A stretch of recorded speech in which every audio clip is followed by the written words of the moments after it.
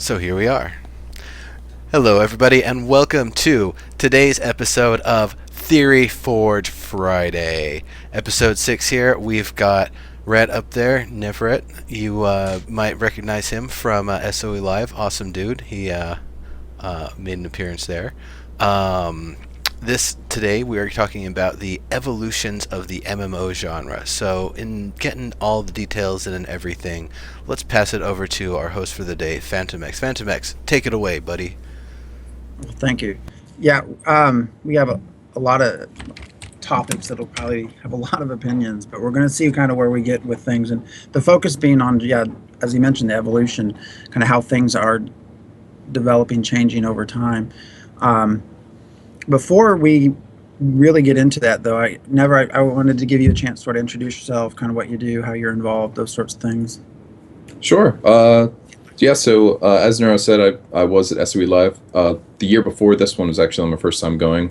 We showed up with as many of our people that we could get to go out there as we could. I'm actually the GM of Chosen Gaming in Guild. We've been in Landmark since Alpha Day 1. Love the game, love everything that's happening with it, developing, moving along with it. So, that's me. It's kind of what I do. We do some events here and there throughout the game. Currently, our big one's Friday Night Fight Club. We're kind of holding off until we get some more optimizations in games. We had a lot of people who were a little unhappy with the way that they could kind of compete with that. So, I watch all of you guys every week, watch everybody's streams. I try to be as tuned in as much as I can to everything, and I'm just happy to be on board, and thanks for having me along this week. Awesome. Well, thank you for joining us. We appreciate it. Friday Night Fight Club, awesome. Well, what we're going to start with, what is it, about a week or two ago, was it, that Blizzard sort of announced we are no longer going to be doing Titan. And that obviously had a lot of people talking, thinking about why MMOs in general, why would somebody who, more or less, that's where they made their name. Obviously, they have a lot of other stuff going on too, but everyone knows of WoW. Why did that change? So that's kind of where we're going to begin, and I'm actually just going to throw that out to all you guys and see where you want to take that, more or less. Why would such why basically is where we'll start. World of Warcraft 2. Nah. Yeah, I don't know. I like it's a little bit weird because for me it seems like with the way the genre's changing, and it was kind of like a mixture of events with Blizzard having so many other games that just kind of came up suddenly and had unexpected success, I guess is one way to say it, with Hearthstone. So I think that it was just a decision on their part to stick with the market that is currently seeing the increase, and maybe not invest in something when the market's kind of unpredictable for MMOs. So I don't know, that was my initial thoughts, and I sat on the Polygon article and read through the comments. There was actually a couple non-trolls there that had some really good points on it, but it's definitely an interesting thing. I mean, it was what, 7 years of development? Pretty big investment. So I mean, they definitely had to have some real, big reasons to cancel it, I think. And I don't know if anybody else wants to carry it off from there. I don't know. That's kind of my first impression. 7 years is a funny phrase because we don't know what that 7 years means. Was that 5 years of, two people working it out on paper, and then 2 years of trying to develop the production pipeline to get a media demo together? It's really hard unless we actually had an insider's view of the development process to really say why. And the complete opposite of what SOE's doing. They're putting all their marbles out there. Hey, get to see PlanetSide 2 before it's out. If it flops, well, you're going to get to see it because we're going to go live with it. Hey, get to see H1Z1. We're showing you early stuff before it's even ready to go. Landmark, we're showing you early stuff. We're getting it in your hands before it's all featured out. So it's a completely different way of doing things that SOE's going. But the reason why it's so dangerous is because then you don't have the opportunity to be like, yeah, we decided we're actually not going to go forward with Landmark. It's impossible to do that once it's already in our hands, once we've already seen that much. At this point, Titan is still something that people keep asking, well, gee, was it some sort of fantasy MMO? Is it some sort of sci-fi MMO? I don't know. I didn't honestly know much about it until it got canceled. I And actually, I have some information because I live in California near lots of Blizzard employees or ex-Blizzard employees, and there's a lot of controversy around the MMO, but there's also like the people who I have gotten to know and talk to, they like the ones who obviously work there can't tell me anything, but the ones who don't work there, well, I don't know if they can, but they things happen. So there was a concept that existed of a superhero MMO at some point, and that was something that got completely thrown out because it like I think a couple years back because it became apparent that that was not going to be successful at all.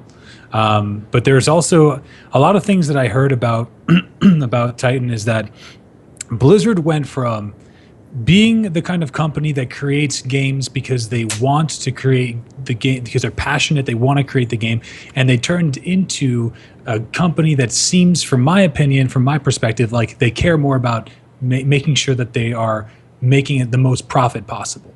And there's that's an observation that I've made based on a lot of the decisions that I've seen them make in the past and the decisions I see them make now.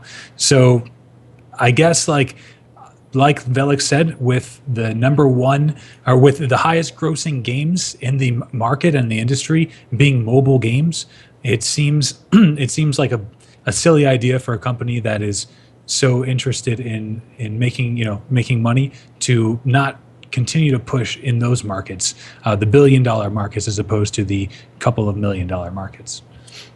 And two, I think another thing to mention to that is like it's not like World of Warcraft isn't successful anymore either. They're still pushing probably one of the bigger expansions they've had in a long time. So I mean, they've already got something in that genre. There's really not a need for them to push something dramatically. When they have other successes outside the genre and one really strong one still in the genre. So I mean, that's another thought too to put into the mix. yeah, I mean, I think that's exactly what they're dealing with is the situation kind of when EQ2 hit. You know what I mean? EverQuest was doing great. It's still doing great. And there was this weird zone where the player base and the fans didn't know, am I abandoning this love of an MMO that I've had for so long to go try what's new? And some people did, and some people didn't like it, and they went back and whatever else. And I think that's what they're dealing with, Titan would be drawing away from their WoW player base unnecessarily, potentially, when they could spend that time and money and resources elsewhere in genres like MOBA and things like that. And Nero, what you were talking about with SOE having their hand out on the table, 100% accurate. But don't forget that Landmark went the EQ Next, whatever the next EverQuest was going to be, went through iterations. You know what I mean? They scrapped what they had before we had any idea what was going on.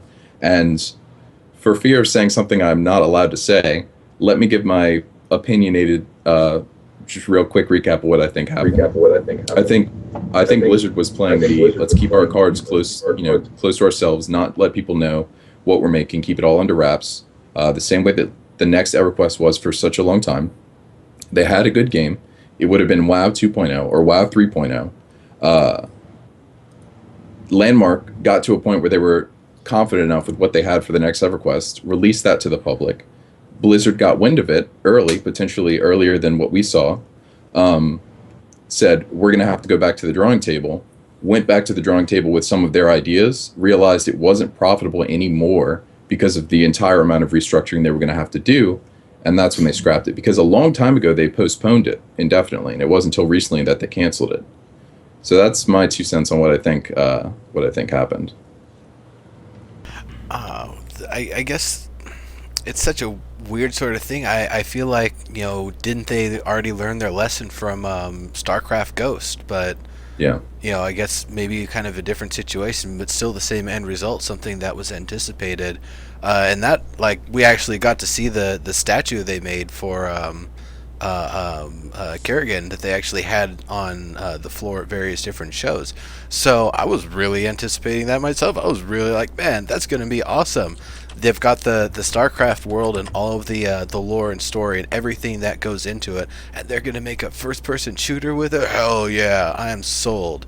And then it went under, and All I can say is one of my friends was working on the project, and it kind of just was an abrupt message from above, like, yeah, we're canning it. Sorry, everybody. Sorry, not sorry. So Sorry, not obviously we're not a Blizzard show here. We mostly Sony games, but I mean, tying it into that, do you think that it all makes SOE look and say, does it make them jump at all? Do you think, or does it change anything as far as how they view the MMO and going forward? I Go ahead. I'm sorry. I was going to say, I mean, when I read the post, I had thought maybe that would happen or that they would come back to the plate with something a bit redesigned. I read the post and I actually got goosebumps. And I said this to a lot of our people, was because this opens up EQ Next, as far as we know, to run unopposed. And it's really on SOE at this point. They have no, if they deliver, they're going to deliver, and they've got nothing holding them back from really making this work. And being the first new, generation of MMOs, there's no competition as of yet. I would say Shroud of the Avatar isn't competition because it's a completely different kind of trying to reimagine the MMO. And Gary, he's an awesome fella. Much respect for him. I really do eventually need to download the beta and get into it and get some serious solid gameplay. But it's not ready for streaming yet, and I mostly stream what I play, so kind of a conflict there, unfortunately. But I mean, that's another nice thing about SOE. These are early states for early games, and I've been trying my best to make it look good since alpha. But I mean, crap shacks were around for a little while, not around anymore. The only crap shack is Geo's Arena, and it's actually really fun to fight there. Yeah, I was gonna say, like, kind of what Neverhett was saying. SOE is probably like licking their chops. When they found out about Titan being canceled, and because I mean, really, like WildStar is kind of like one of the last, like, I don't know, at least maybe so far, like one of the last big AAA MMOs before Landmark and EverQuest Next will really launch, into their full, at least Landmark. But and then you've got ArcAge too, but ArcAge is like the beginning. ArcAge and Firefall, like I played a lot of Firefall, and I bring up Firefall because it's also using some of this like procedurally generated dynamic content. It doesn't really have, players don't have the kind of agency that we're expecting to have in EverQuest Next, definitely, because the AI isn't quite that advanced, but like that. And then ArcAge is also, kind of this evolution into something more of a sandbox, more about giving player agency and giving them things to do beyond just a linear specific, I don't know, path. And I think we're starting to see, there's these two MMOs that are going to hang out there, and maybe we'll see, another one come out, or one that's in development kind of shift on the fly. But until EverQuest Next comes out and Landmark, I really, it doesn't seem like there's going to be any other competition. So if they, like Neverett was saying, like if they hit this, out of the park like they think they're going to, they're going to be unrivaled for at least a while. Now, let's be clear, though. We're talking about new MMO. We're not talking about kind of revisions of previous versions. Like, just because it's a new project that's in the works, I wouldn't say Project Gorgon is bringing something new to us so much as bring a lot of the older familiar features together in a really comfortable and enjoyable way. I wouldn't say they're not reinventing the wheel, but at the same time, they're also not inventing, the floating orb that's going to replace the wheel eventually. But it's interesting that we see a big with the budget, though, that the other games that are out, and have come out are. So I think that's an important, part to add, because I played a little bit of Project Gorgon, but I haven't got into it too far. I think we need to start paying more attention to Korean MMOs, though. As we saw from ArcAge come out of really most people didn't see it coming. There were a lot of people who did, but a lot of people didn't anticipate ArcAge having the draw that it did. It is doing phenomenally at the moment. And it's actually, in my opinion, as a hardcore MMO player, I feel like it's fantastic. it hits a lot of nails right in the head. So with the Korean MMO mentality being kind of what a lot of the original MMO players, EverQuest, I mean even Ashen's Call, like all these games that were really hard games, we're kind of seeing that go away with the American-made MMOs, but it's still here with the Korean MMOs. So I wonder, and then I wonder how the Koreans with Arcade, the Koreans did Arcades, right? Just want to make sure. Yeah, it was. Oh God, what's the name of the company? Tryon and XL Games, but I don't know. XL to make Games. sure it was a Korean. So when XL, right, they made the game. They did a really good job of actually even catering to both, which is, in my opinion, an extremely important concept for all MMOs that come out from today forward. They need to be able to, with a free-to-play model, give players who are committed and want to put in 10 hours a day the ability to put their content in, but also throw bones to people who just want to log in for 5 hours, 3 hours a day, be able to get do a little bit, impact the economy or some sort of gameplay in a meaningful way, but still not give them the rewards that you give the hardcore dedicated MMO players. Arcade is doing a great job. Black Desert, I saw that in the chat before. Black Desert's to be expected to come out, I think 2016, I believe it was. So I'm sure, I just think that we should at least keep an eye out for the Korean MMOs and what they're doing, because they're doing something right. Well, we've also seen though that some of the MMOs from Asia haven't been as popular in the United States, like Dungeon Fighter Online, Dungeon and Fighter over in Asia is what it's called. It was up for a while, and eventually Nexon took it down because it didn't have the right appeal for the U.S. markets. It was booming in Asia, but in North America, it really didn't do well. They even brought on Justin Wong, the street fighting tournament champion, awesome dude, as their community manager. It didn't mean anything. It just wasn't a game that was properly appealing, didn't have the right mass appeal, so it was too expensive to run it, and they just took it down. Wizardry also had that. Wizardry just didn't do well, so SOE took it down this year. Yeah, I see, as an SOE product, Dragon's Prophet in that same vein. It is, an Asian-style MMO created originally, and, they're publishing it just for American audience, but really, like, the appeal just, it isn't there for our particular, type of market. So, and that's one, that SOE literally is hands-on, too, so. So, Yeah. so do you guys think SOE, sticks to their guns as they're seeing all this happen? They see Arcade be successful. They see Blizzard cancel. Do you think that changes things as they're going? I think this is all ammunition for SOE. And one thing we talked about earlier is that Blizzard is so good at these huge, gigantic franchises. And Blizzard, save one or two titles that people still talk about endearingly, has a lot more of a reputation to lose as far as putting a game out that's so hyped and it just not doing well, as opposed to all these Asian MMOs that release all the time, or even SOE. We've seen tons of titles from SOE that did great for a little while and then they didn't do as well. But we expect that from SOE because they're so innovative, and they're the ones who go to these game development conferences and say, we're working on it, or we're going to try that, instead of we're finally getting to the point where people aren't just saying, oh, you can't do that, it doesn't work for this reason or for this reason, or we're not there technically.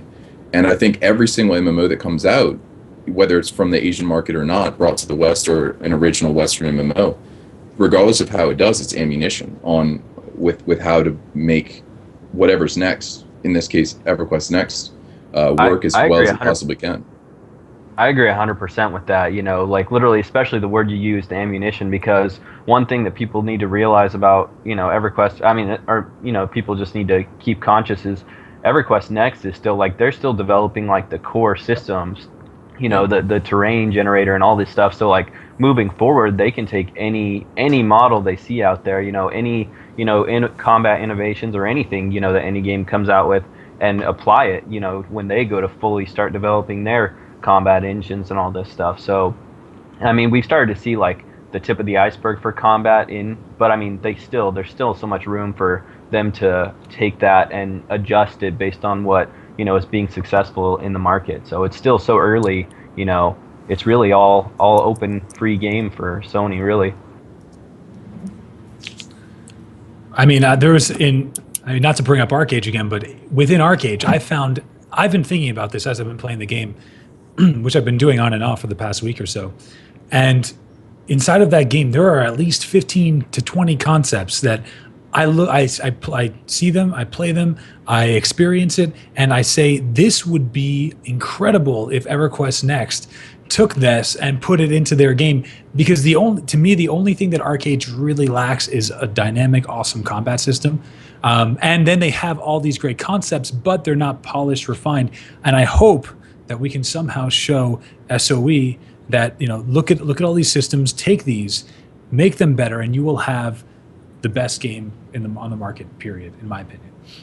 I think Arcade is doing exactly what it wants to do, and everyone keeps using the word sandbox. It is very much a sandbox. It's got a linear progression while you're leveling up, but it's very much a sandbox game, the way that EQ Next is going to be. But the one thing that EQ Next, at least, is trying to have over other traditional sandbox games is that in a sandbox games, the players make the game, and they want to give all the power to the players, so that we make the game, we make the fun, the activities. That's a lot of how Arcade is right now. The economy and the open world PvP and everything going on with that, and the factions.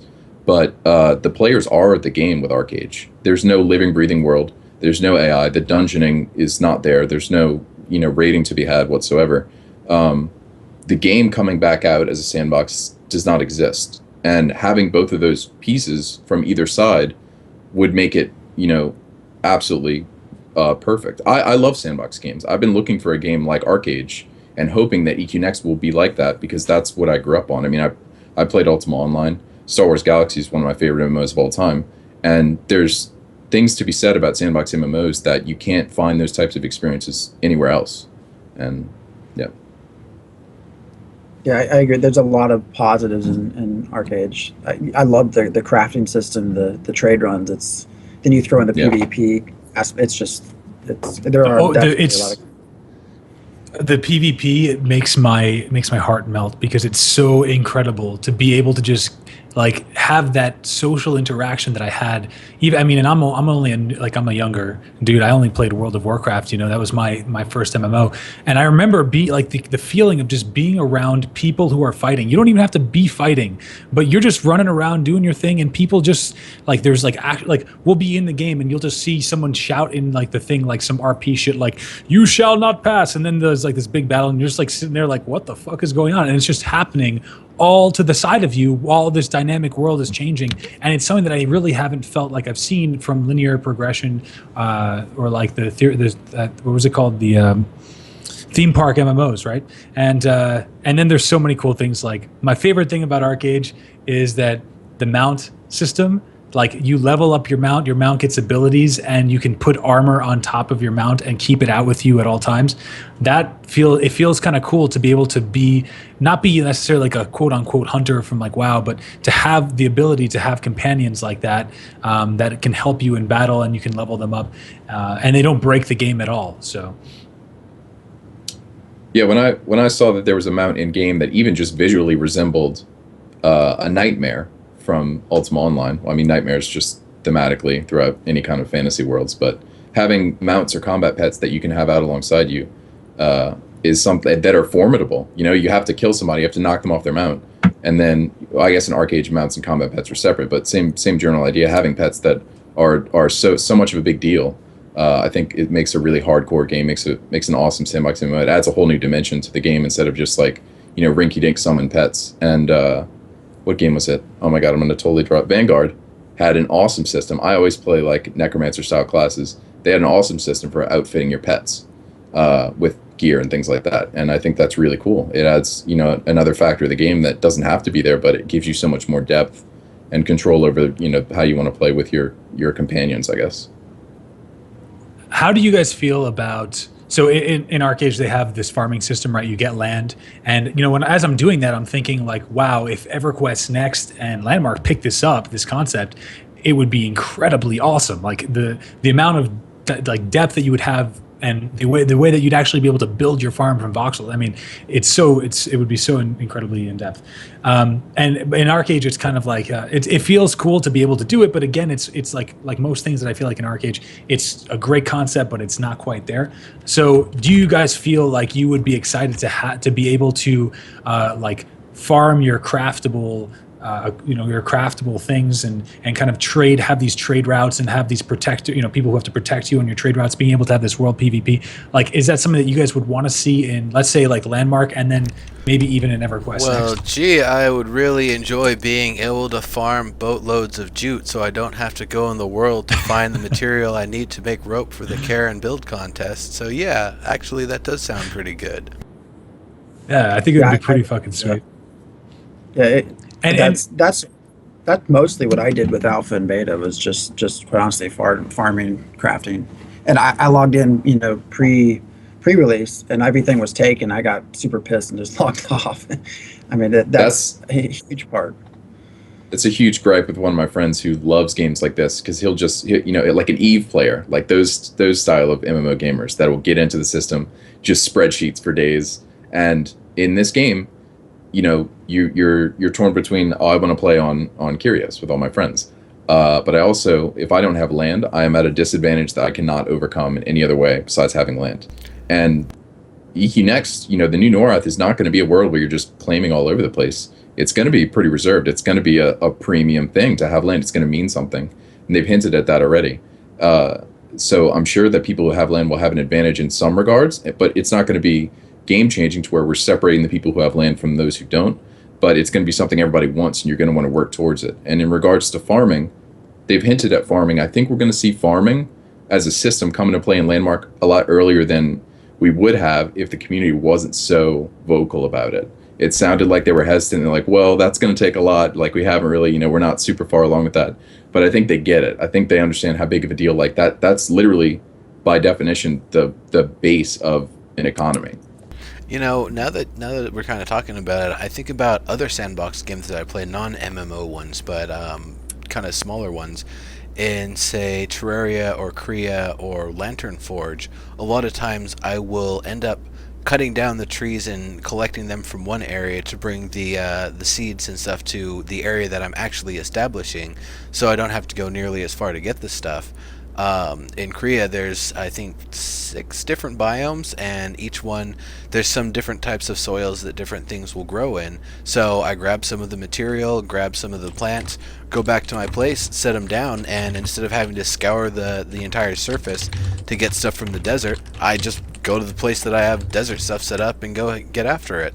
In Lantern Forge, I grab up the apple trees because it drops a sapling, and then I can put that sapling down near my base, and I have apples that I don't have to go very far to get.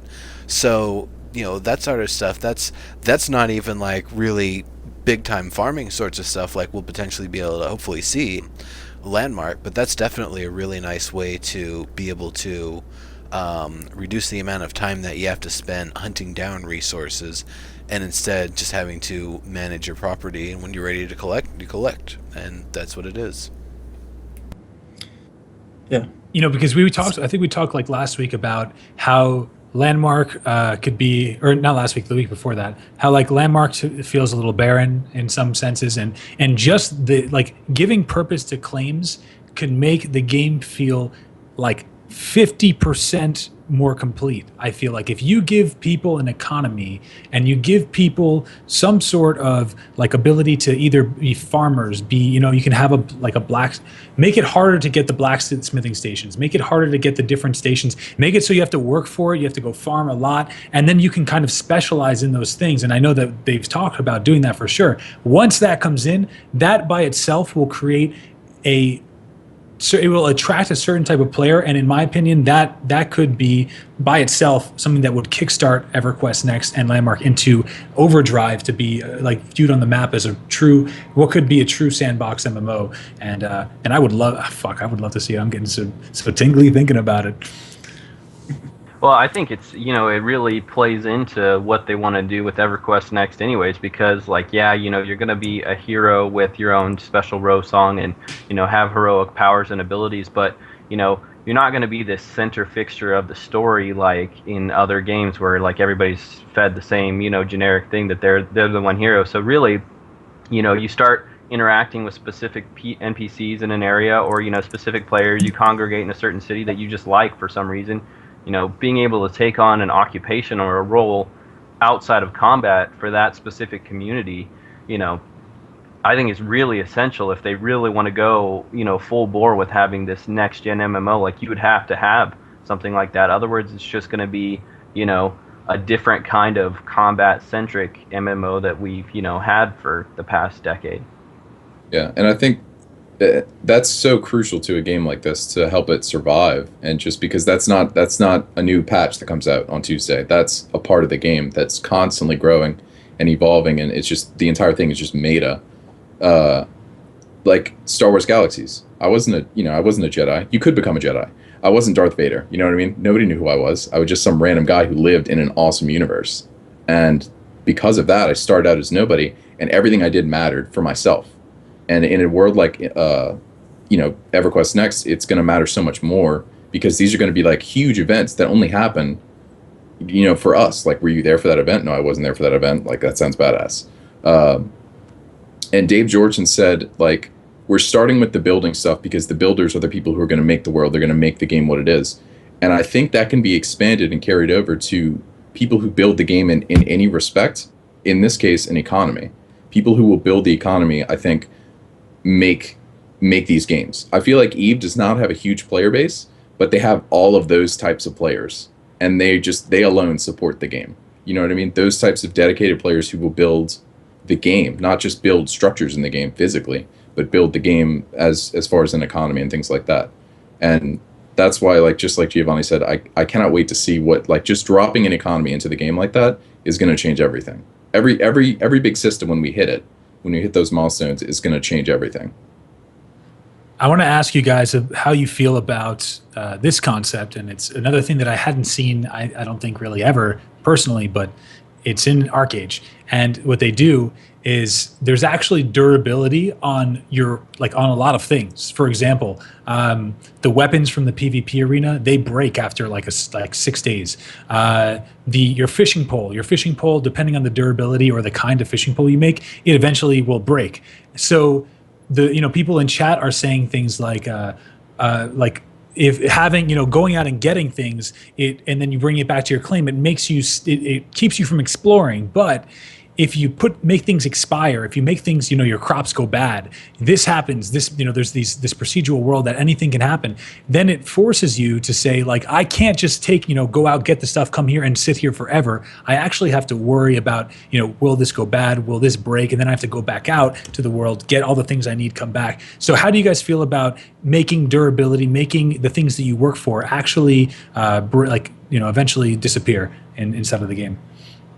Not really. I think that it depends on the game. I'm not the biggest fan of it, but as long I don't mind it when there's ways to, like Minecraft. I didn't like how everything had durability right away, but eventually they added, the anvil where you could repair items, and you had some type of damage mitigation or durability mitigation that wasn't, the generic, just pay some, in-game currency to restore, magically restore all your stuff back to new. You had to actually, take it over or give it to somebody that had, that wanted to do that, and they would repair it for you. It actually took effort to repair your items, and it created like a role within the game. Like, I mean, Minecraft's kind of like a single-person game, but in like bigger servers, people would like do that kind of stuff. So I don't know, it's just an example of that. I would say if they're going to have like a hardcore durability system like H1Z1, that's a little bit like punishing to players. And intentionally it is in H1Z1 because you're really not meant to have things for that long. But for something like Landmark and EverQuest Next, this gets back to my crafting document. The idea that, things should definitely wear down. They should dull. They should break down. And you have to rebuild them. You rebuild them better. You learn from it. You make the weapon better. You reforge it with better materials. You make it more powerful. It sees 1,000 foes. It gets, some recognition in the annals of history. So I think that should definitely be built into it. Phantom X, I would be very cut you off. surprised. Oh, Sorry, I had one other. Well, go ahead. I'll say after. I was just going to say yes for two main reasons. As far as having like some form of durability, one is just economy. If you have stuff that never goes away, it eventually bogs it down. And then two is just player interaction. I mean, conceivably, you'll have to interact somehow to create these things. And if it just doesn't break, it'll eventually limit that interaction, I think. So. I think what I was going to mention was Firefall has a salvage system, and I know we've heard about salvage eventually coming into the game for Landmark and EverQuest Next. I think that's a really important feature because once you add durability, then you can add durability, and I don't think players will be as upset about it because if you have an item that's wearing down, you're like, I don't want to take the time, to actually repair this, or I don't know anybody that can repair it. You can just salvage it, and refashion, because you're probably going to need to upgrade to something different, or, with the EverQuest Next combat style and the keywords, maybe you want to move in a different direction, like you want to go to a different specialization, so you want to change your weapon anyway. So I really think salvage is a key component to including any type of durability, especially from like what we've seen of Landmark's crafting system. I think it's like essential really to any kind of durability that could exist. Asheron's Call 2. I love the way that worked. When you had an item, you didn't want to use it anymore, or you were done with it, you could break it down into one of the two materials that was used to make it. It was awesome. Out of me. So a thing that I have to talk about is what Scott said. The economy, it really creates a blossoming economy, and it makes it so that people don't have to go to combat for everything, in my opinion. So, like, I think ultimately, when it comes to you run a dungeon, you get this epic axe that's on fire. It came from this tooth of a dragon, whatever. That, to me, that makes sense. Like, yes, I have to work to repair that. I have to run the dungeon, maybe get a couple more of those essences or whatever, and that stays forever. But I think, like, especially trade items like fishing poles, like smith hammers or whatever. What it does is it allows for a very in-depth and like a sort of, like, there are people who love that grind, right? So it provides those people that grind mechanic of needing to get into the game so that they can, and they need to, like the upkeep, they need to get into the game. They need to feel like they need to check on their shit, make sure that they do all these things before it expires, before they make a new one. And there's always this feeling of, like Nero said, which he didn't, it seemed like he didn't like, but I do like the kind of that, like losing something, like you actually being able to lose something, like real loss, if you will. And I feel like that, to me, is it's something that we can take. It's like we said before, like I said before, we need to find a way to balance the hardcore with the casual, and I feel like that's a good way to give to the hardcore players, to give them that like constant need to be grinding and building things. So the secret sauce, like the magic recipe that they need to hit, is they need to have a system that doesn't feel punishing to the people who don't have the time or the skills or the effort to put in. But they need to have the cap, the skill cap, and the where you block out, where you feel like you can't do anything else to improve, or worse, you have no reason to interact with any other players or any other roles, any other types of roles in the game, needs to be there. There needs to be like a non-punishing system where players can't complain that they don't have the best items because, well, if you want the best items, you have to do these things. But the hardcore people need to have something to do, and they need to have a reason to interact with the other roles. And they've mentioned that tons of times. Like, there's going to be the people who go out and explore, the adrenaline seekers, and they're going to do their thing, but maybe they're not going to want to build a lot. And with the economy, and they'll have a means of using their own specialty with the other different types of players in the game and trading things out like that. Well, I mean, there's other ways they can do systems where people are going to have to lose things. And honestly, something I was kind of thinking about here is the idea of let's say there's items that are of a certain level of power, that it's so powerful that, and I know people are going to scream bloody murder in chat here, that you're so powerful that people can openly challenge you and fight you in the world because you've got such an amazing item. So if you've got something that's truly the best item in the game and somebody else wants it, well, they can come over and try to take it from you. yeah, I'm down for that. I love that. I wish we could see something. I seriously doubt it, but that would be amazing. I would love a system like that, a voluntary system like that. Yeah. Yeah, voluntary. Go ahead. We all know that it wouldn't happen, but it would be nice. It's a nice dream. Maybe if we yell and scream and kick. I don't know. Well, I mean, Politely. if you think about EverQuest Next, like the way they're designing it, like every server is going to be so different on its own just because of the player choices.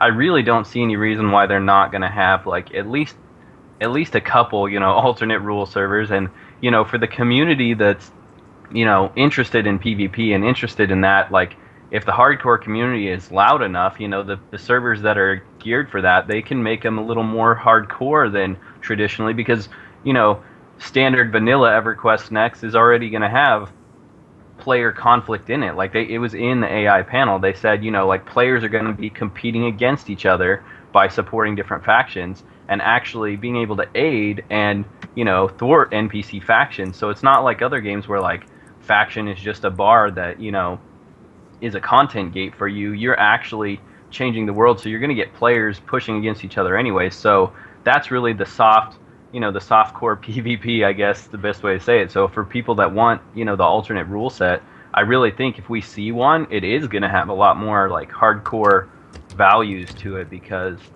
that type of like soft PvP is already kind of like ingrained in the game. So I don't know, just my thoughts. I was thinking when you guys were talking. Yeah, I mean that would be awesome if they could take that technology from H1Z1 and put it into EverQuest Next. Or So we spent a lot of time on this topic.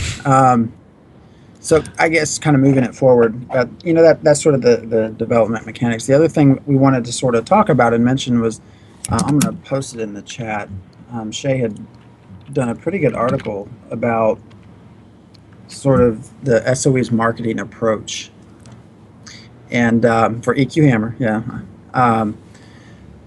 that was kind of interesting. I think there's several of us that are insiders, so I don't know how our viewpoints will be compared to the chat, but it was just a really good article about, is this really the best approach for getting game recognition out there and giveaways and items and stuff like that. And I think Brass even actually commented on the article with an insightful post too, and it was kind of tied into Omid leaving and some disagreement hinted at with, as far as I think he termed it the community, what did he say, community approach or something for marketing. But I wanted to see what you guys first approach. Yeah, and I wonder what your guys' thoughts were on that, because that's different, that's new, and I think that is a huge function of Twitch becoming so, if there was no Twitch, this probably wouldn't be a topic, but what do you think? Is it right? Is it wrong? Well, even if there wasn't Twitch, there would still be people making YouTube videos and running fan sites and all that sort of stuff, and those folks would also be in the Insiders program. I mean, that's the thing is, it isn't just for streamers, and it never was just for streamers. The Insider program is for anybody who is a fan or somebody who's really, really enthusiastic that's showing a lot of interest and dedication in the game. So it's go ahead. But is it for everyone? Because I think Brass specifically said some people will probably not get in to the Insider program. You can apply. And that's I mean, there's an application process, right? Like I'm just now getting Insider. I'm not a streamer traditionally. I've streamed it before. I'm not a regular streamer. I don't have a regular schedule. I've been around since Alpha Day 1. I would have loved to have gotten Insider. I've never applied for it until recently, because I have a need for it. I have a reason for it with specifically Friday Night Fight Club, to be able to give away prizes consistently without going bankrupt. And in that regard, it's not just for streamers. It's for anyone that will help the game grow and give people a reason to tune into the game and pay attention to it, whether they're already a part of the game or not. Because it's not just about bringing new people in, it's about keeping the players who are playing interested. And that's a big deal right now with content, these huge systems still waiting to be dropped in any day. Yeah, the click mentality needs to die, because like I don't have Insider personally. I mean, I don't even think EQ Hammer it does. I know maybe 10 Ton might. We haven't like applied. We've had a few things that have been given to us, but we haven't actually like applied. I'm not sure. I haven't talked to Shaylin, but I mean, like it's not a click. And like Shaylin posted in the article the link to the actual like requirements for the Insider program, and then Brass, even seeing that it was already in there, posted it again, because like it really needs to get out there. People need to see that like you can look at the requirements of the Insider program, and if you feel like you're a community developer for the game and you have a legitimate reason for them to be giving you free stuff for you to help grow the community, do it. Like that's what they want. That's what it's there for. It's to help advertise the game through mouth to mouth, by words, social networking. I'm not sure if mouth to mouth is quite the... I would say, though, that it probably really doesn't take that much effort to actually get into the Insider program one Landmark specific show 2 hours a week, that's probably enough if you're a streamer. If you're not a streamer, writing articles once a week, that's probably enough as well. Or making YouTube videos is another thing. It's not so much that you need to put out a large volume of stuff. It's so much that you enjoy the game, you're enthusiastic about it, you're not an embarrassment that's going to make SOE look bad. And, other than that, they want to open it up to as many people as possible. The idea isn't to be prohibitive with it, but to try to have as many people who actually have that level of engagement, the ability to engage the community on a larger level. So it's if somebody who really wants to be in the insider program, it's not that hard to get into it. It's really really not that hard actually. I think one other point really quick to make is that these people who do these types of things, these almost like, I guess you could call them extracurricular gaming activities, right? These people are going to do these types of things in anyway. It's what they like to do. SOE's not forcing anyone to do anything. It's not saying, hey guys, if you could help us out with this. These people do these things and they're going to do them whether it's for this game or move on to another game. So of course it makes more sense to stick around and do it for a game that they enjoy and they love when the developers are holding your hand helping you do those things. And I mean, SOE is just, they're adopting this approach in every aspect of the development of this game. They have the world's biggest dev team now. They've got the world's biggest, not free, but the world's biggest marketing team for this game. Like with Twitch, there's just so many resources for them to use, and it just makes so much sense from a business perspective to do these things. You can't compete. You can't compete if you're not doing those things at this point for a AAA title. There One thing are.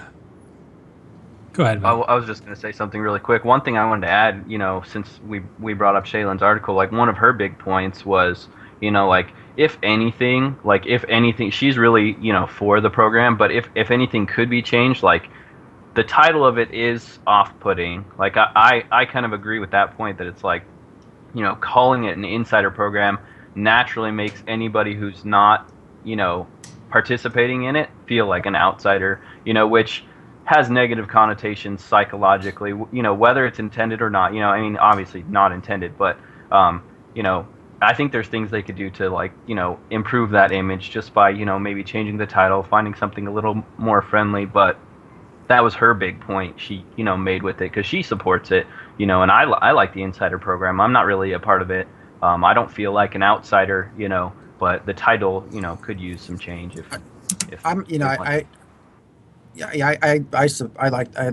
like the program. I mean, I'm part of it. I support it. What I start to wondering, because it is a business, it is marketing. So if you open it up to everyone, does that then diminish the people who are really working hardest for you? Well, if they're letting everyone else in, why should I continue to put in 10 hours, 12 hours a week? They're putting in one, we get the same rewards. Well, it's not exactly how it works, but it's a risk they just take. from the depth, yeah, just from the other viewpoint, I'm just wondering, would they worry about that?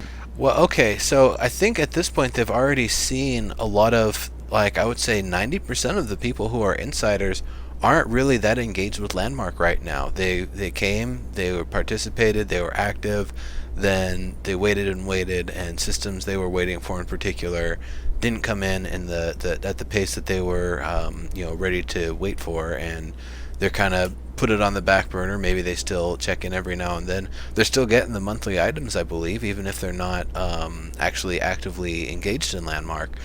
But I think they're not so much looking at what's happened in the past so much as how many more good people can we add on here and have potentially, because I understand they realize there's going to be some latency. 1, 3, 6 months down the road, a year down the road, Landmark is going to be awesome. I mean, even a month from now, I'm pretty sure it's going to be just leaps and bounds beyond the product we saw in alpha, to the point where we're going to see a large influx of people coming back. But a year down the road, it's everybody who was involved in the Landmark Insiders program that got their stuff in then, if they're interested in their streaming careers and they're smart about it, they'll probably be playing Landmark because it's going to be a pretty big popular game. Yeah, and I it's kind of think interesting that we're even having this conversation because, I know, supposedly some of the way that it works is that, they get return item, like the streamers and any participants that are getting items, they don't have to generate sales, but when they generate sales, it increases, they get more, giveaways, because they're obviously, like, it's directly equating their selling the game. But one thing that's funny is, like, I can't remember who I was talking with recently, but we were talking about how, like, the actual landmark game, like, all the people in the game, it's actually really saturated, like, the giveaway items. Like, I know there are people out there that don't have them, but, like, for the people that go into streams and watch streams, like, they have raffles, and, like, hardly anybody even, like, signs up for the raffle. They're like, oh, I've got everything, I'll let somebody else win it.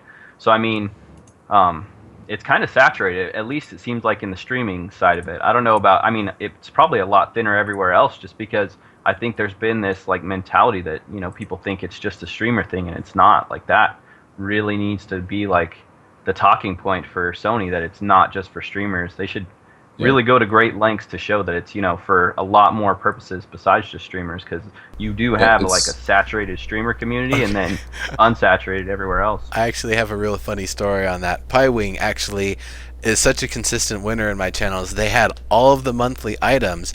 They already had the glass platforms waiting. They had won it before the item even came out, so I had them on my list. And then they win again. It's like, look, you've already won everything. Do you want another glass platform code? And it's like, no, I'll pass for next time. So, like, Piewing is, one of many people, I'm sure, that has put in the time and effort required to get every single item from the insiders without being an insider. And I don't think there's probably that much effort. These items they're not hard to get, and they're certainly not only restricted to streaming. Like I said, I'm not primarily a streamer. I like to get to that point. I stream other games as well. I'd like to get to the point where I'm streaming nothing but Landmark, or, at least streaming a lot more Landmark. But we're giving our, these same items we're talking about here, we're giving away in in-game events that promotes, players who see those events to come to them. It promotes players who are already playing the game to continue playing, and new players to try it out and realize they have a shot without having to be, alt-tabbing into Twitch streamers while they're at work, which I'm definitely guilty of. And yeah, I mean, it's just, it's not really a reward system as much as it is a reason to continue to stick around and see these new things coming out. I mean, they release a brand new item, once a month, everybody wants it, and it's not as taxing to them as, they're not as under the gun as a huge new system that they're also working on to release that, as quickly, I guess. Yeah, the whole Twitch, yeah, I think there was a while back, but there was a big long post of people complaining I had to watch for a certain number of hours. I'm trying to give them away on Twitter. Just follow. That's it, and that's hard to do. And I think, like you said, it's really saturation. Like, there's so many insiders. It really should not be that hard to get these things at this point. Now later on, maybe that changes. But sorry, there's one more thing I forgot to say.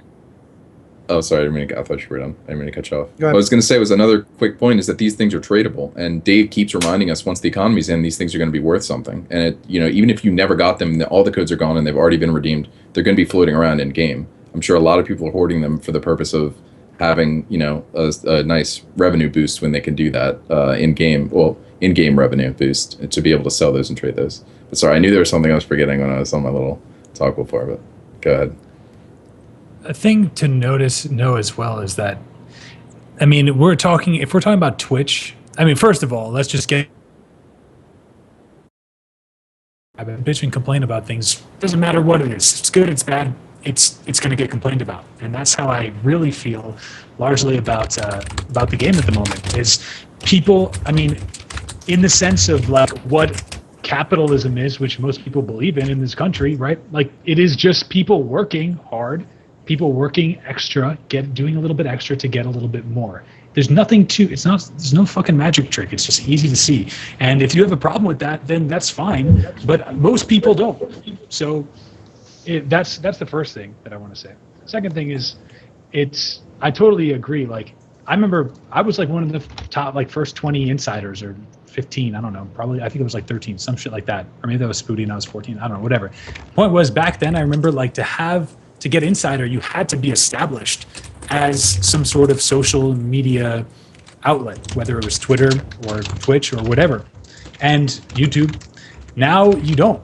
I mean, they've really gone overboard, and I think, in my opinion, like, they've gone overboard to say, like, if you know somebody, you can like pretty much apply, and there's a pretty good chance that you're going to get in. Like people who have not really in the social media world, who don't have any like benefit for what the original intention was to help spread the word of the game to different gamers, like that, or that's what at least it seemed like it was to me. It seemed like it totally shifted to this more community minded thing. Like, let's just get everybody inside of the game who's taking an extra step to get all the items. And that's cool. I was a little bummed out because it kind of like didn't seem like that was what it was in the beginning. And I committed a lot of time to Landmark. And then the oversaturation, like we talked about before, kind of devalues me, like my insider program, which I'm cool with. And then, so there's that. But another thing to note is that like Twitch for Landmark is right now, like it's kind of like a joke. And I don't mean to say that in a negative way, but what I mean to say is Landmark on Twitch is so small and the demographic is so different than the average Twitch user.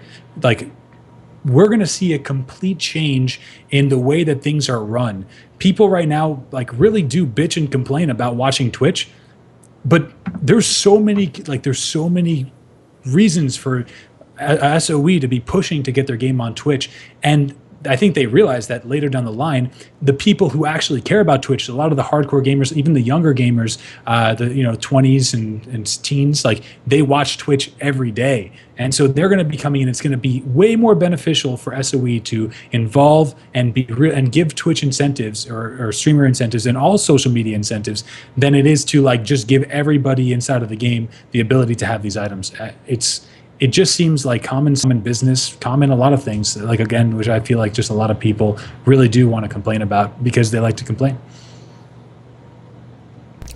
That rant, though. I would say the numbers definitely have dropped off significantly with Landmark. I mean, every week I'm trying to find people to raid after Landmark Live and Theory Forge and after my Landmark Daily stuff and after...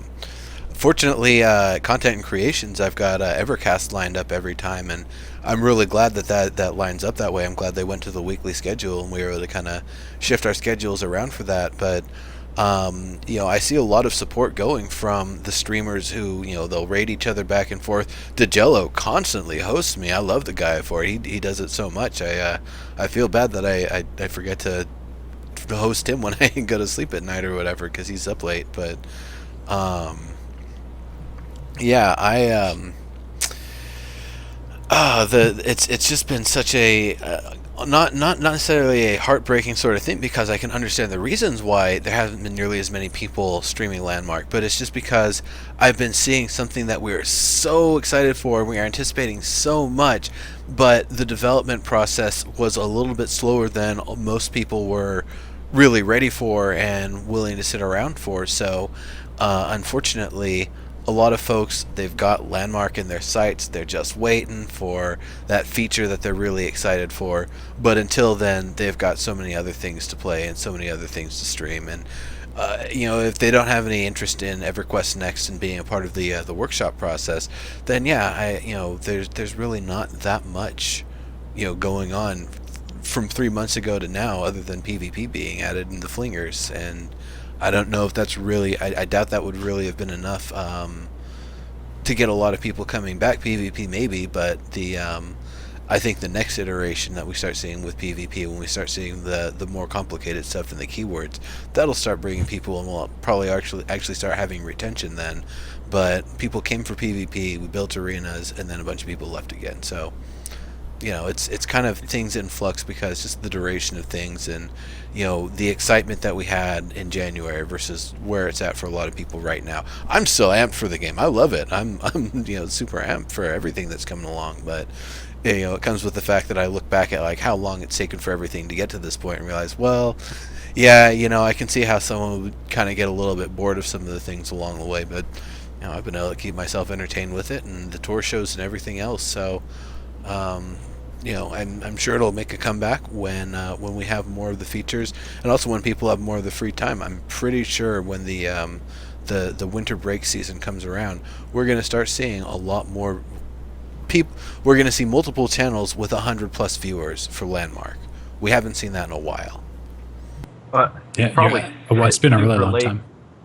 It's probably super late in the show to unbottle this question, but I just have to because it's kind of bothering me, and it's, we're right on the topic. Is does anybody here feel like the fact that we're in such an early stage open development process that the game is going to feel constantly underwhelming for a really long time? Like, how far does it have to get until people are going to be like, I love this? I mean, I'm not saying obviously everyone's going to answer individually, but for the greater majority out there, who are used to different types of games, like, when is it going to get to the point where like people aren't going to come in and play the new thing that's added and then be like, it's still not there yet? Like, when is that phrase, it's not quite where I want it to be for me? When is that gonna stop? I think it just needs one instance of you're working towards something you will keep. The only thing you're keeping right now is your templates, and most people aren't able to build, so they feel like this is a waste of my time. It's all going to get wiped, and it's whatever. I'm so excited, actually. For the first time, we are getting something that has value as a beta tester. We're gonna, for the Halloween contest, we get a title. I mean, that's big. Like, a lot of people probably don't know about that, but I bet if people found out, they would come back in, get the title. The people who want to play Landmark, want to play EverQuest next, they'd come back in just for that.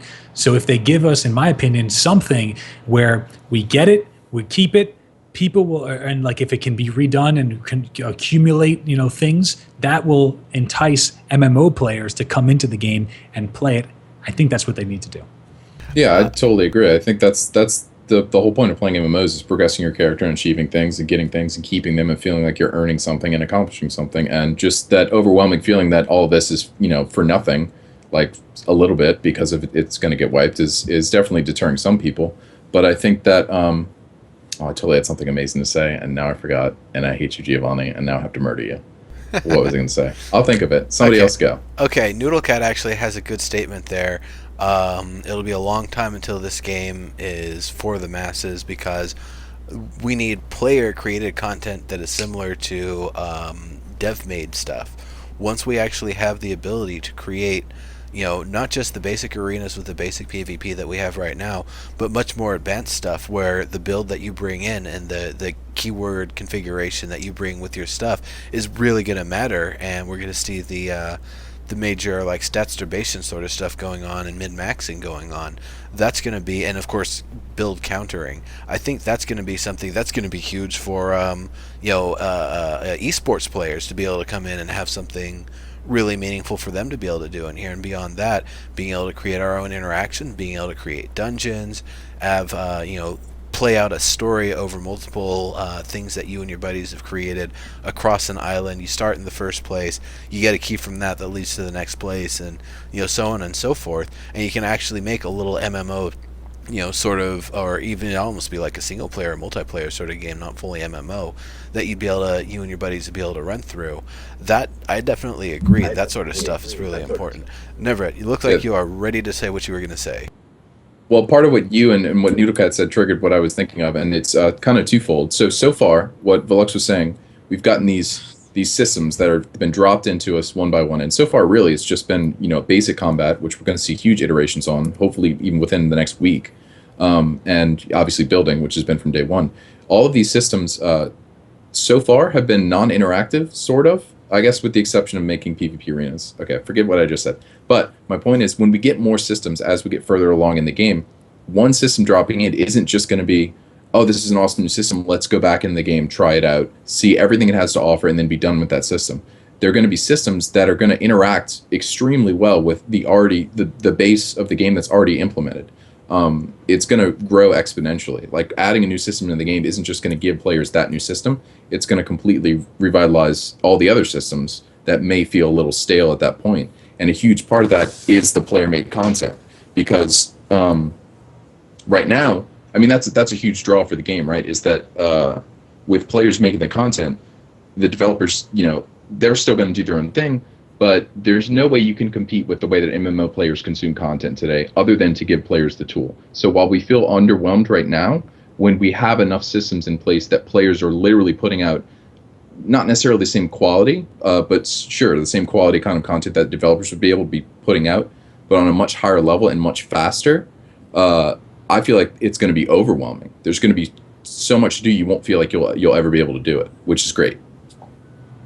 I think as far as being ready for the masses, if you want to call it that, I think the two biggest things for me, anyways, are going to be economy and PVE. Those two things just need to be put in there, because I think what you're going to see is, we had the, oh, everyone can build, and everyone started, kind of came in, rushed, started building. Everyone sort of melted away because not everyone was good at it.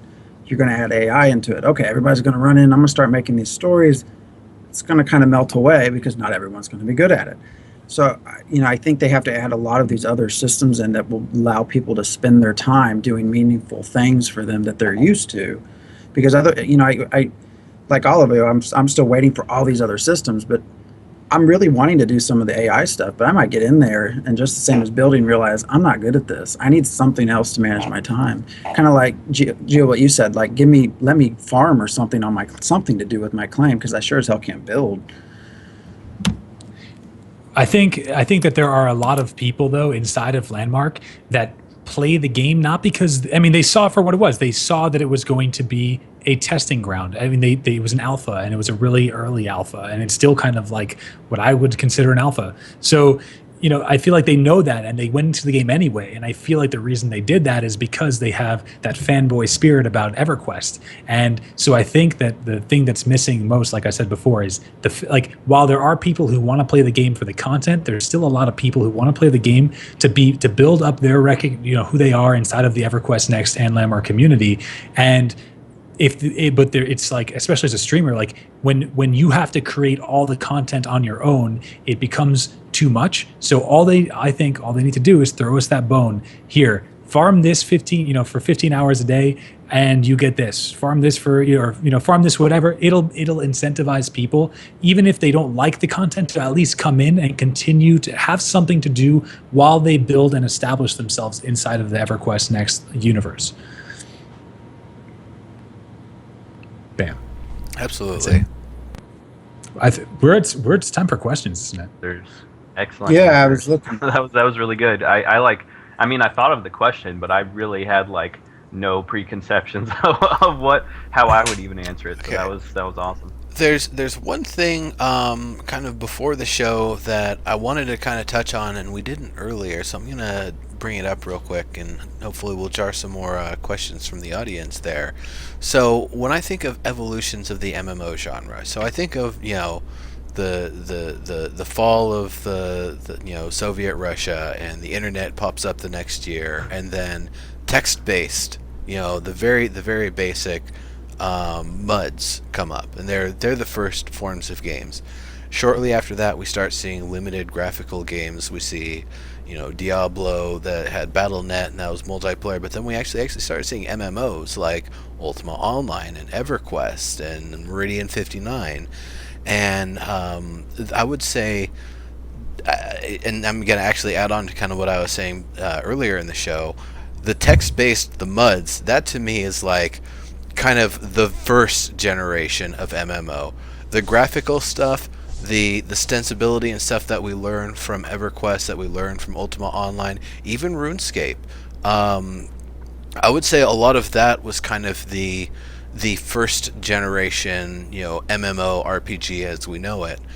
And it stayed that way for a while. It had been kind of the style to do for a while, until the kind of WoW and EverQuest 2 format came out that basically took all of what we were learning about MMOs up to that point and put it into a formula that was actually really easy to duplicate. And since then, we have seen a lot of duplication. We've seen a lot of advancement upon it, but the biggest advancement wasn't actually in the content. From this phase, what's the biggest advancement is the payment and distribution method, going from the subscription-based model, which had been the biggest thing for the longest time, to almost the entire market being free to play now. So that was the biggest thing. The tech over the past few years hasn't been as big of an issue in the gameplay features, so much as the shift to monetization through free-to-play plus microtransactions, and trying to build games around that paradigm rather than the subscription paradigm.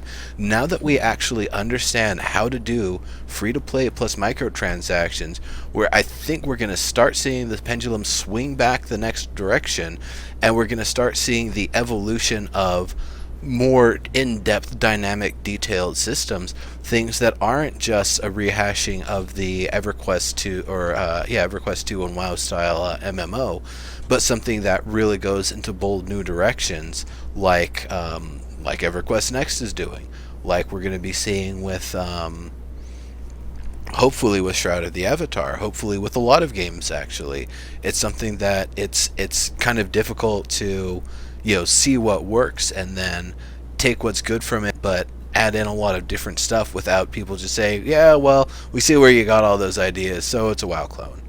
And it's definitely something that I feel like this is hopefully going to be the direction we start seeing developers go. Is we now understand free to play in the previous style. Now let's take what we know plus Twitch and move it into the next thing, because I think that's another thing we're going to start seeing is games that actually have fan interaction with the viewers. Like Choice Chamber is a perfect example. That's a game where your viewers vote on what's going on, what weapon you have, your attributes, the enemies, how tough they get, how difficult the arena you're fighting in is, and they're doing it through voting and utilizing something that's built into the game. So I think that's potentially going to be a direction that we also see games going, not just trying to advance beyond the previous paradigm rather than trying to rehash it and add more features to it, but also trying to use the new technology and use the booming market that is Twitch to actually integrate into their games and make for more meaningful gameplay and more meaningful viewership for when people are actually watching the game. So that was just a little kind of aside that I wanted to get out. And any thoughts on that? That's really that's a huge thing, because if you think back to the original days, I'll tie this all together, but you think back to the original days of the earliest game development when they had Pong, and then you got your first gen consoles, and it was a safe understood format where developers, anybody who had an idea for a game, could say, okay, here are my specs, I'm going to make a game to fit inside these. And the game, the console creators needed games for their console, so they were willing to advertise. Fast forward into the future, it's gotten a little bit different now, with everything is advertised and stuff like this. But yet, with the emergence of the internet and now social networking, you're starting to see like the rise of the indie generation, where these passionate individual gamers and people with ideas are developing something. And what Neuro was just saying, now that free to play, and these different other marketing and monetization things are getting understood better, it's now getting safer for people to take tiny ideas and turn them into bigger scale games that will be successful enough to get return, which is a part of the reason why I think like Smedley and the people at SOE decided to reach out into the indie side to start getting some new innovators, and these people were able to get themselves out there because of social media. And I think we're starting to see this shift back into old style game creation with this authentic, passionate thing. You're no longer doing what an investor feels safe to do. Now it's widely known enough. You're bringing something to the table that's maybe a tiny idea, and people can take it and run with it in ways that wasn't as possible before, because the internet and social media and networking didn't really exist in that format during all these big games, when you had the AAA publishers really like dominating the market.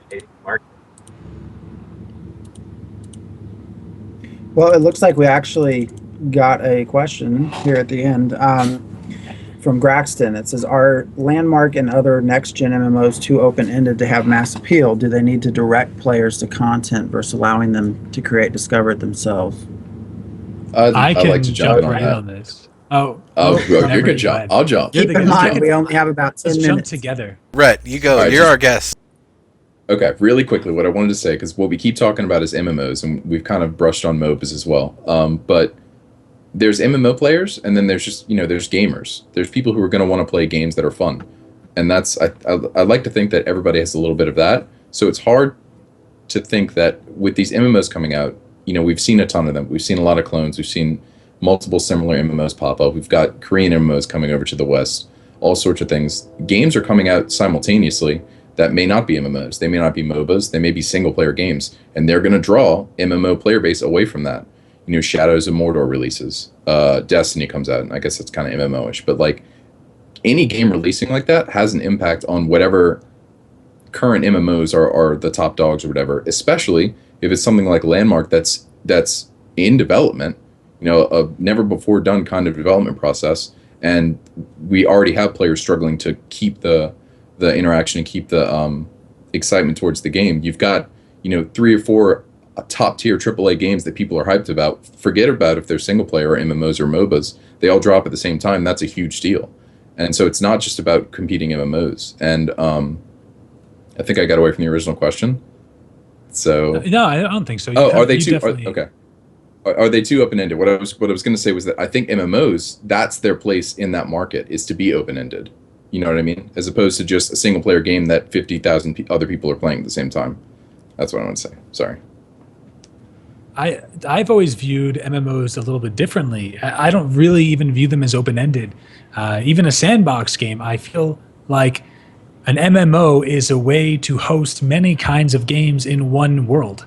That's how I've always felt about it. So, you know, to me, especially with a game like EverQuest Next, I think that you can look and find many different kinds of games within it. I mean, you have things like story-based, like we know what we know about EverQuest Next. You get dropped off. There's no leveling anymore, so that's out of there. That old MMO mechanic, which you didn't really see in other games, is out. Now we have almost like a story-based, story-driven game for like Xbox, like, you know, like The Last Among Us, or that's not a bad example because it's not the same, like it's not zombie, but you know what I'm trying to say. It's like linear, maybe like you go in, there's a world and you experience story.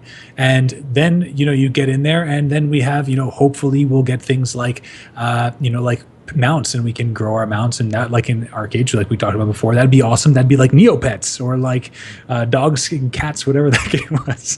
And then, you know, you have the economy, which there's a lot of like other games that focus on economy. And so I feel like what we've done is we've taken, Velux and I talked about this, for the first time, really, we're actually going to start to successfully see games successfully be able to provide us with shitloads of different kinds of content because of the sandboxy nature. And I think that to me makes an MMO the best game ever, because if we get everybody in these, and what I'm calling now virtual realities, I'm leaving MMO behind, the MMVRs, if we stick with the MMVR and we get people to live inside of it, they can experience all sorts of different game types. They just got to get in the game, and then they'll see what they are, and then they can literally, there's so much content with that one thing, they can literally just focus on that game within a game. Yeah, I mean, that's the real advantage that Landmark has over anything else that's been created. You know, like, not only is it's not just a sandbox game, but the developers are literally giving us the tools of creation. Like, it's not, you know, like almost everything that, you know, they use to create the world, except from the raw, you know, terrain generators and these, you know, super, you know, overarching tools, but all the individual tools, you know, we're getting, and we're gonna get more. So it's gonna be that ability to create anything, you know. Like, I think we joked around on past episodes. Phantom X was saying, you know, like rebuilding EverQuest the way he wants it in Landmark. You know, there probably gonna be players that try to do that. Like, it wouldn't shock me. You know, so having that, you know, that take us to another level, I think that's the real advantage Landmark has, that, like, it might be this quiet beast right now, you know, and when EverQuest Next come out, you know, it's going to get the spotlight, and, you know, it's going to be the polished, you know, what you can do with this, and it's going to inspire people like, okay, they made this game basically with this game. So, I mean, really, depending on how far the developers want to go with, you know, open-endedness of Landmark, and maybe not make it into too much of a stereotyped MMO with too many overarching systems that restrict you. You know, you could really, I mean, it's crazy what you could do, and I think Landmark could be way bigger than EverQuest Next, really.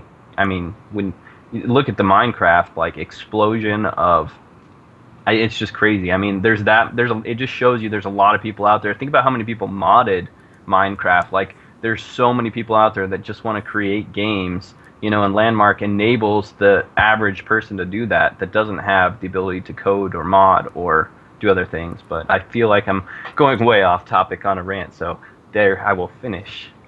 I guess. Actually, did anybody else have something they wanted to say before? Because I was gonna get something in there a little bit. Go ahead. Yeah. You and the Nagafin hat Okay. and the beard. So let me roll it back up to the question just to make sure I absolutely don't misrepresent it here.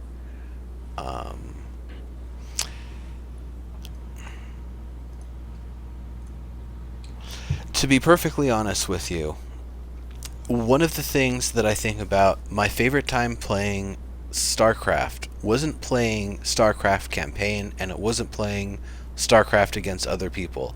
It was User playing, map yes, the Elementals RPG. I loved that. I played the hell out of every version other people made of the original. Neverwinter 2. Neverwinter Nights 2. What did I play the most? The campaign? No, I only played that for about 5 hours. Playing campaign online with people didn't really last more than an hour. The Never Summer MMO server that somebody made, a persistent world using the game, oh yes, I probably spent 50 hours there. No joke. And that was what I mostly spent my time playing that game in.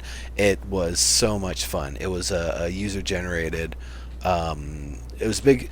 If I remember correctly, one of you actually had some involvement. I know there's someone I was talking to on one of the shows here, but yeah, it was definitely a lot of fun.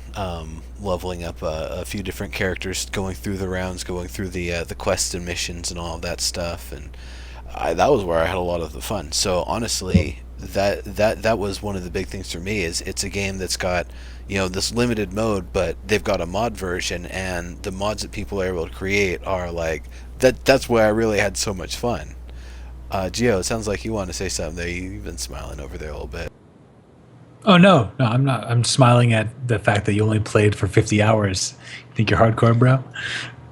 Casual. I played a lot of games. No, I know you're a variety gamer, which is pretty cool.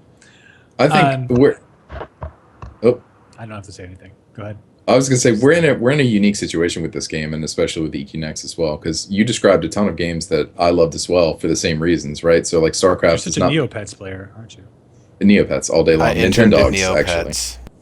Neopets. No, like some of the games you mentioned, the user submitted content for those games helped them be so successful, but obviously it wasn't the game's main focus, the way that Landmark is. So it's sort of weird that we're doing this in like a reverse kind of way.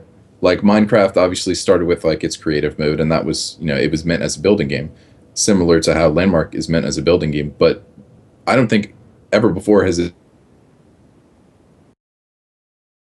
is going to be a fully capable building game with all of the possible tools to make an MMO. Oh, by the way, here's one already made for you straight from the developers. Like it's just so unique, and that's why they're both going to be their own separate projects, and they're in separate standalone entities. Even when EQ Next is ready. All right, I definitely I don't mean to stop the conversation here, but I have to leave at 7. So we definitely it's time to get kind of into wrap up time here. So Phantom X, why don't you get us going here with that? Time to wrap up. So we will start. Let's see. I got screen bearer. So I think Gio, we'll start from the top and go on down. So let's see what we're doing. Gio. Sure. So I wanted to first say, sorry, guys, I've been in the process of moving. So for those of you guys who are lovely friends of mine who watch my live stream, I have been down for like a week and a half. I'm probably going to be down for another couple of days, but I will get myself set up as soon as possible. We're going to be doing Friday Night Fight Club starting, I believe, next Friday. We're going to be doing it again. Myself and the beautiful man with the flowing hair somewhere on the screen over here. We do it together. We shoutcast. And I've been playing a lot of Arcade, so you're going to see me stream that. You're going to see me stream Landmark. I'm actually going to be getting back into Landmark pretty hardcore over the next maybe week or so. So, All right. next. Never. Okay. Nothing much to say, really. I just want to say thanks again for having me on, guys. It's been a blast. I would love to join you guys again in the future. Especially, we teased some virtual reality talks. So if that happens, you guys need to bring me back on. I've got a lot to say about that topic. Got it. But yeah, thanks again. These shows are amazing, and I think it really helps the community kind of all be on the same page and discuss the things that need to be talked about. So it's really cool. I will also be streaming more, and as Gio said, Friday Night Fight Club is coming back next Friday, so shameless plug for that. That's it. Thanks. We are happy to have you. definitely. Velich from EQ Hammer, and we're actually rebooting the Hammer and Nail column, which was formerly all the staffers giving their own individual opinions to answer a specific question, but we're kind of expanding that to people in the community. So we've got the first one's going to publish Monday, but anybody that is interested in getting your opinion out there and published on EQ Hammer in one of our big front page articles, contact me through Twitter, DM me, let me get your email, and I will get you in the rotation to get the question, and you can give us your handy dandy spiel. And that's the biggest thing I have coming next week. So I will pass it down to Neuro.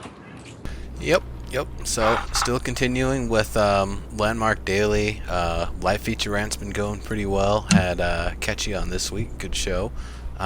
Don't have anybody scheduled for next week, so if anybody in particular wants to be on, head to my channel. There's a form towards the bottom where you can apply to be on Live Feature Rant or Dead Feature Rant, or if you have something you want to have shown off on Content and Creations this Sunday, because I think the list was pretty empty last week, and we are in full swing with the Karen stuff, and of course, because we're at this point, Rosie and Jeff aren't giving any more feedback on builds. So if you want feedback on your Karen build, this is where you're going to be able to get it, and I promise, it's good stuff. The rest of the builder community swears by it. So, Phantom X, passing it over to you then to wrap up and give your stuff there. Yeah, I just sort of the normal stuff, mostly active on Twitter. So if you have anything you want to share, builds, events, whatever it might be, just send it to me there. I'll send it back out. The other big thing, just to remind everyone, Extra Life is this month. We're into October, so keep an eye out from all of that. We will be streaming, hopefully hosting people, giving away a lot of stuff, loot cards from SOE Live, a bunch of other stuff. So just want to make sure everyone is aware of that. If not watching us, definitely at least participating. So I guess that's it. So I guess thanks for everyone joining us. Absolutely. Kind of talking to the point earlier about there not being that many people streaming Landmark and their empty channels and stuff.